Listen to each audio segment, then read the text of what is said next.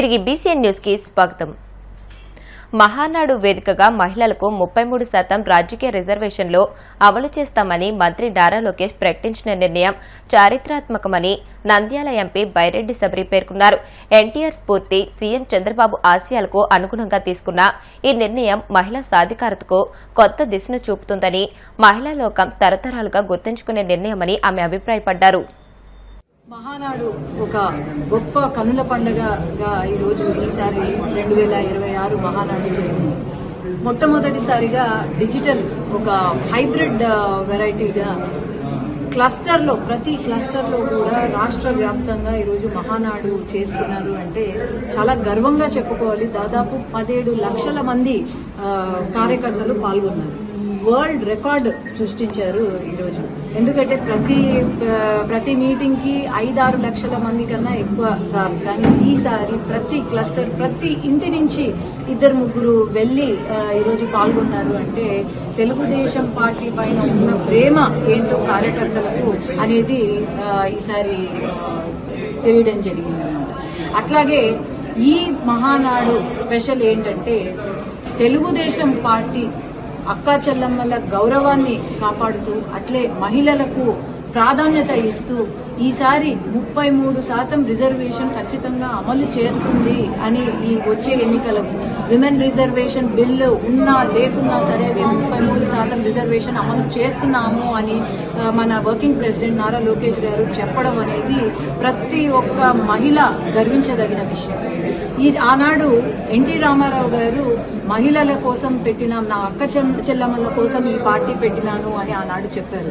ఆనాడు 50% రిజర్వేషన్ ఉద్యోగాలు, ప్రభుత్వ ఉద్యోగాల్లో అయితేనేమి, లేకపోతే లోకల్ బాడీ ఎన్నికలకైతేనేమి మహిళలు వంటింటికే పరిమితం కాదు అని చెప్పి బయటికి వచ్చి వాళ్లకు విశ్వవిద్యాలయం, పద్మావతి విశ్వవిద్యాలయం మొట్టమొదటిసారిగా దేశంలోనే ఫస్ట్ మహిళలకు ఒక విశ్వవిద్యాలయాన్ని ఏర్పాటు చేసి ఈరోజు మహిళలు ఒక స్థాయిలో ఉన్నారు, వాళ్ళ కాళ్ళపైన వాళ్ళు నిలబడుతున్నారు అంటే ఆనాడు ఎన్టీ రామారావు తీసుకున్న అడుగులే తప్ప ఇంకేమీ కాదు.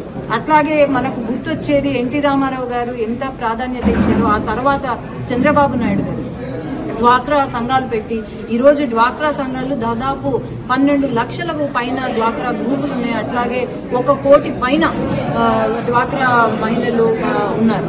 అట్లాగే బ్యాంక్ లింకేజ్ ద్వారా కోట్ల లక్షలు మనకు ఇది హెల్ప్ చేస్తున్నారు. అట్లా ఎన్నో మంచి పథకాలు తీసుకొచ్చారు మన సీఎం గారు. దాని తర్వాత మళ్ళీ నెక్స్ట్ జనరేషన్ వచ్చేటప్పటికి నారా లోకేష్ గారు చరిత్రలోనే మళ్ళీ తరతరాలు గుర్తుండిపోయేలాగా మనం ఇప్పుడు ఎలాగైతే ఎన్టీ రామారావు గారిని గుర్తు చేసుకున్నామా మళ్ళీ వచ్చే తరాలు కూడా మన లోకేష్ అన్నని గుర్తు ఉంచేకునేలాగా ఒక మంచి ఆలోచనతో 33% రిజర్వేషన్ అని మొన్న అనౌన్స్ చేయడం అనేది చాలా గర్వకారణం. మన స్టేట్ ఆంధ్ర రాష్ట్రం అనేది ఒక ఉదాహరణ మిగతా రాష్ట్రాలకు అని నేను చెప్పగలుగుతాను. మహిళలు అనే వాళ్ళు కేవలము ఎన్నికల సమయంలో ఓట్ల కోసమే కాదు, మహిళలు అనే వాళ్ళు నాయకత్వం కూడా వహించాలి అని చెప్పి ముందుకు తీసుకెళ్లారు. అట్లాగే మీరు ఒకటి గమనించాలి, మహిళలు రాజకీయాల్లో ఎందుకు అవసరమా అని చాలా మంది వైసీపీ వాళ్ళు వాగుతున్నారు. వైసీపీ నాయకులకు ఒకటే చెప్పేది, ఈ రోజు మహిళలు వచ్చినారంటే క్లీన్ పాలిటిక్స్ మొదలవుతుంది.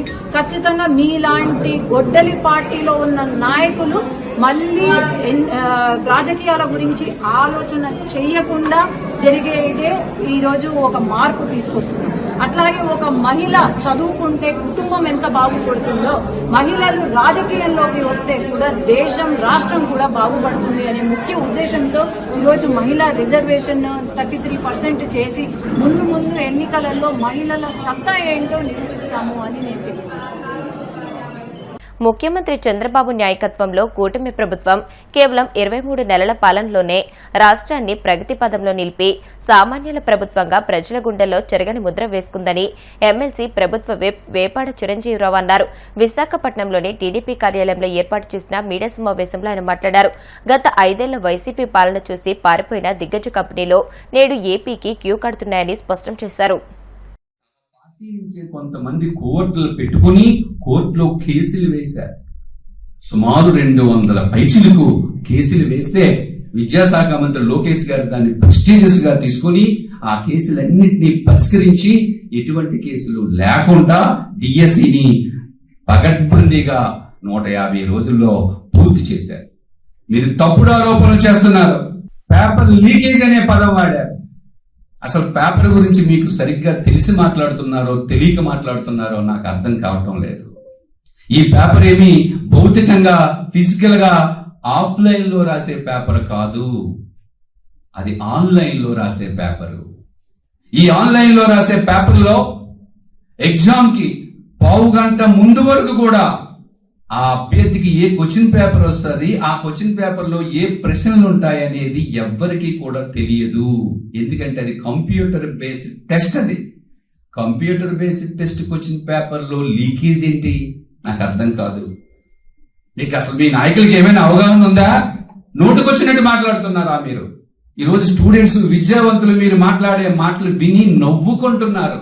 వీళ్ళ ఒక పార్టీకి నాయకులు అని చెప్పి కంప్యూటర్ బేస్డ్ టెస్ట్ పేపర్ అనేది లీక్ అవడం ఏంటి? చివరికి అక్కడ పనిచేసే అవుట్ సోర్సింగ్ ఉద్యోగికి కూడా ఏ ప్రశ్నలు వస్తాయో తెలియదు. మీరే చెప్తున్నారు ఎస్సీఆర్టీలో పనిచేసే ఒక అవుట్ సోర్సింగ్ ఉద్యోగి డిఎస్సి రాసి ఫస్ట్ ర్యాంక్ పొందాడు, ఆయనకు ఉద్యోగం ఇవ్వలేదని చెప్పి మీరే ఆరోపణ చేశారు. నేను ప్రశ్నించేది ఏంటంటే, అందులో పనిచేసే ఉద్యోగి అవుట్ సోర్సింగ్ ఉద్యోగి క్వశ్చన్ పేపర్ రాయాలంటే ఎగ్జామినేషన్ సెంటర్కి వెళ్ళాలి కదా. ఎగ్జామినేషన్ సెంటర్కి వెళ్ళాలంటే కనీసం ఒక అరగంట గంట ముందు ఎగ్జామినేషన్ సెంటర్కి వెళ్ళాలి కదా. మరి కంప్యూటర్ బేస్డ్ టెస్ట్ అనేది ఇప్పుడు డిసైడ్ అవుతుంది.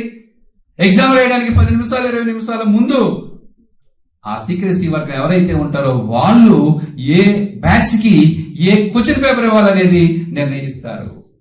మరి ఏ బ్యాచ్ కి ఏ క్వశ్చన్ పేపర్ ఇవ్వాలి, ఆ క్వశ్చన్ పేపర్ లో ఏ ప్రశ్నలు ఉండాలనేది పావు గంట ముందు వరకు ఎవ్వరికీ తెలియలేనప్పుడు అందులో పనిచేసే అవుట్ సోర్సింగ్ ఉద్యోగికి ఎట్లా తెలుస్తుంది?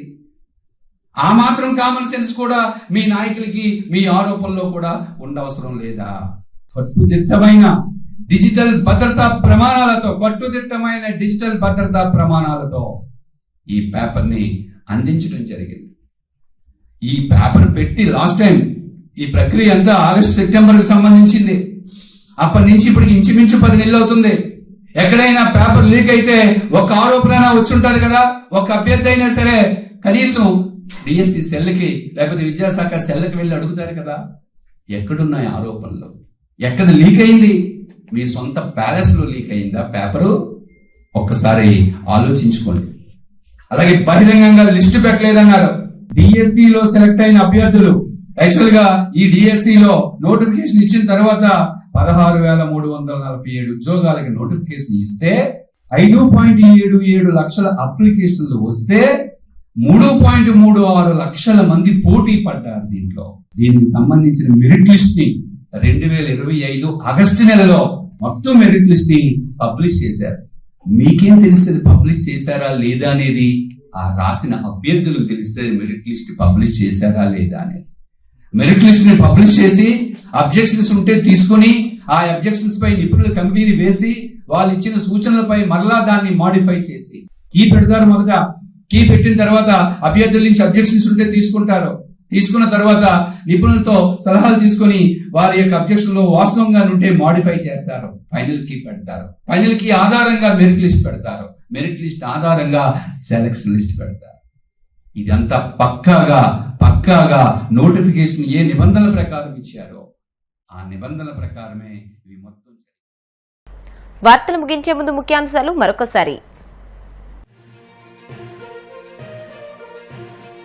రాష్ట్రంలో యోగాంధ్ర 2026ను అత్యంత ప్రతిష్టాత్మకంగా నిర్వహించాలన్న సీఎం చంద్రబాబు. 1 కోటి మంది ప్రజలను భాగస్వాములు చేయడమే లక్ష్యంగా కార్యాచరణ సిద్ధం చేయాలని ఆదేశం.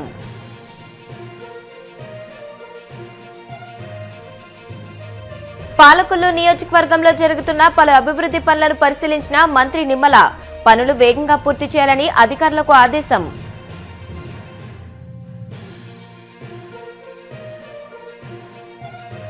డిఎస్సిలో ఎలాంటి అక్రమాలు జరగకపోతే సిబిఐ దర్యాప్తు చేయించి నిజాయితీ నిరూపించుకోవాలి. ప్రభుత్వానికి వైసీపీ నేత కొండా రాజీవ్ గాంధీ సవాల్.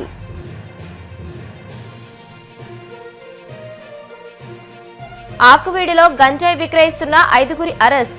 నిందితుల వద్ద నుండి 2.6 కిలోల గంజాయిని స్వాధీనం చేసుకున్నట్లు వెల్లడించిన సీఐ కాళీచరణ్. ఈ వార్తలు ఇంతటితో సమాప్తం. మరిన్ని వార్తల కోసం BCN digital YouTube channel, Facebook page ని ఫాలో అవ్వండి. అప్డేటెడ్ వార్తల కోసం ప్లీజ్ సబ్స్క్రైబ్.